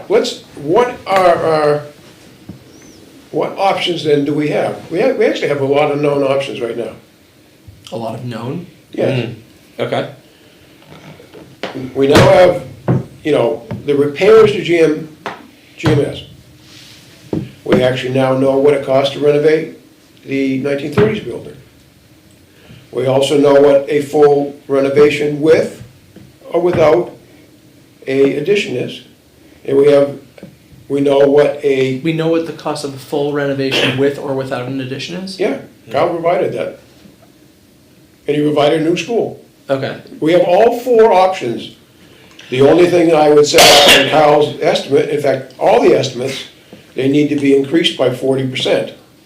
Well, we're gonna let whoever we retain to advise us on that. tell No, us but I that. mean, you've taken those numbers. But I'm not presenting numbers here. No, I just want to set a range of what things are in now. That's fine, but we're gonna rely on someone who. But then, Ron, you gotta layer on, we had pushed that off at the beginning, was the operational issues, which Dan, Well, okay. in all fairness, so now we know what all the repairs would cost, Right. but where can you overlap all these All right, repairs with the operational issues to get Here's the best bang for connection. the buck? Here's the connection. in that survey, there was substantive support for moving grades around within the school. That's what we do not know. There was And only. what we need now is for the superintendent to go back and take an inventory of every classroom in LMS and CHS on every period. I'm gonna disagree that when you look at the survey, it said in 7th to 8th grades, pretty much 50-50, as is redistribution of grades within the schools. It's pretty 50-50. Give or take a couple 50-50 percent. would probably a more heavily responded to by those who are impacted by school. So like if we say, if everybody who had voted had actually responded, I would contend that that would probably be a higher 52. percent. And then in all this, you gotta take the declining school enrollment, which is significant. I posted a thing on Facebook the other day about it. Going up to the state has been marvelous. We're learning so much so fast, it's crazy. But across the whole state, there has been a significant trend downward. If we're talking about what does the survey say, the survey does not support what Ron just said. 50-50-ish if they want to redistribute within the schools. That's what the survey says to me. Well, redistribute could mean closing a school. No, No, they no, talk no, about it sending. was like sending to 8th grade and then, The only one that came Yeah. across very strongly that you could honestly see is a new school at a much lower price, and 2, no one wants CHS students sent out of district. Those are the two that come Yeah. across Oh, no, 100%. I never thought that even should be a question. Right. Sending the kids out of district. I argued to put that on the. I would not support that myself, but people had it on Facebook and they were talking. And 25% of the people supports, or 15% supported it somehow. Yeah. It wasn't inconsequential. I think what you're missing is, or what not being considered, is due to the declining enrollment, parents are seeing less opportunities at Campbell, and people are self-selecting to send their kids out of district already. Because you're seeing the decline between 8th and 9th. So And if some we're of that is gonna, based on their personal finances. so if we're gonna look at so I think what we're all Why getting would to you is go looking pay at if you can get multiple it for options, free? right? Like, Right. we're trying to Right. decide if we're gonna look at multiple options, what are those options, So, right? and I think this is where I agree with what Joe Lassard said, right, is we should take all of the things that need to be addressed, right? Physical and operation/educational, right? Take Dan's original list of 1,000 paper cuts, as well as what he also just presented. And then, I mean, a series of priorities would be great, like some things, if we're gonna do a renovation of any sort, I'll say, a significant renovation to address educational stuff to the building, there's just code issues have to be addressed, right? Cause if we do an addition to that building, that's gonna exceed the percentage of where you have to address current code deficiencies. Well, we'd have to analyze that, because what is it, it's greater than 50% of the replacement cost? What's the replacement cost of the building? I thought it was like 25%. I thought it was 40 to it's 50. 60. I'm So- gonna suggest that the one that came across strongly is to consider a new Well, school, and the other one is to consider a renovation. Those Plus are the two. addition. Plus addition. Right. Those have But to if be we our wanted to priorities. but if we wanted to start our process with a third, because there was a lot of people that just supported, or at least were engaged in the discussion of relocating 7th and 8th, or making those adjustments. I understand that if you look at it as a weighted, right, Even it non-weighted, shows it's, a negative number, I but it's think you should too 50-50. look at how that would address some of the educational concerns. Quite frankly, I think we're dismissing some of that. Right. Because there are students, I had one he skipped 5th grade math, went right to 6th grade. What would he have done in 8th grade? ALMS, he would have been stuck. If he was at a combined junior, senior high school, and as an 8th grader, he could have easily taken 9th grade math. You could say the same thing for the kids on the lower spectrum, though. But you have an opportunity, no, so then again, I'm biased, I went to a junior, senior high school, I saw the benefits of being able to have opportunities with teachers who could cross grades, help with staffing, that we're struggling to find teachers. You have lower student bodies now than we had in the past with, realistically, you are able to offer kids more educational opportunities, kids who don't have to wait a couple of years to see which AP course is being offered. Right. Because you have more kids in the building. So I think, I understand that we want a balanced approach. We cannot dismiss the educational impacts, the benefits that could be associated with increasing the population within CHS, even if that means bringing high school over. Junior senior high schools exist for a reason. They are popular Can you bring up among some. question 7 on your pie So, charts? so I would, except it is 7:26. So I think we should, like, table. Well, let's just wrap up on this, because I think we've kind of made some pretty good progress on this. I personally don't feel like we should be exploring beyond 3, because I think if we try to dive into beyond 3, we're gonna, and just so everyone knows, like, granted, it resulted in a $44 million school, but there has been considerable investigation done on some of these things. So if we wanted like a presentation on what has been done or what has been looked at, we can certainly get that on other options. However, I think for our purposes, we really do need to start the funnel of what options are we going to try to pursue into what level of detail. I don't disagree with pursuing that. I disagree that the study that we just surveyed supports that in any sense. Well, but here's the thing, though. What we don't know yet, so some of these things may flush themselves out as we get further down the line, right? Like, Kyle claims that there's, pretty decent challenges with trying to add on to CHS. I know Kerry disagrees with that. It was designed to be added onto, so I do But for the disagree with purposes that. of combining grades, that's just what he said. Yeah, I'm okay, yeah. just saying what he Yeah, said. you're right, we'll agree. I know you disagreed on that. There's all kinds of empty rooms over there. Agreed. So my point is that we will. It's half We full. will, so See we what? will be able to look at these things, we will be able to start to progress on these things. If we found out, hey, actually, that does work, and that's, I'm just gonna throw like a random, $10 million, right? But a new school is $35 million, we may wanna present these options or get a more of a pulse from the community again on how do you feel about these things? Because we do know that there's a large support base for new school lower cost. There's also a largish support base for renovations plus additions, but that's just based off of like an initial polling of them. Right. What The do you? way you get the Suggest- polling results for that is you put it on the ballot. Yeah. I'm gonna suggest we're ending up the same place the last FIT committee ended, where they suggested a new school because it was the most cost effective. So, No, But- I would absolutely You could 100% disagree. So I think for tonight, we all agreed that question 3 showed that education and cost need to be balanced. Balanced. We have not really gone through the other items. I agree with Joe Lasar that we need to create a list and figure out, actually, I agree that we need to finish going through these at the next meeting. Decide on our 2, maybe 3 directions I that we think move. it's, I think just looking at it. Can I, before you do that, the only way you can analyze GMS to respond to what Dan talked about educational needs is, okay, as a for instance, if you took a grade out of there,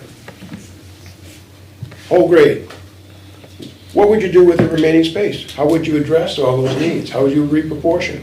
That's a huge change. But you're getting Years into, from you're now. getting into another option Yeah. But, that we've pulled on. Like, we have to. but that has to be one of the options we consider. So why did we do the survey then? If what you're saying is, I'm just gonna choose what we're gonna consider, the survey data doesn't matter. Which is what I'm saying. you're Because the doing with survey does 750. support that. The survey data does support doing that. Half of people thinks that's an acceptable idea.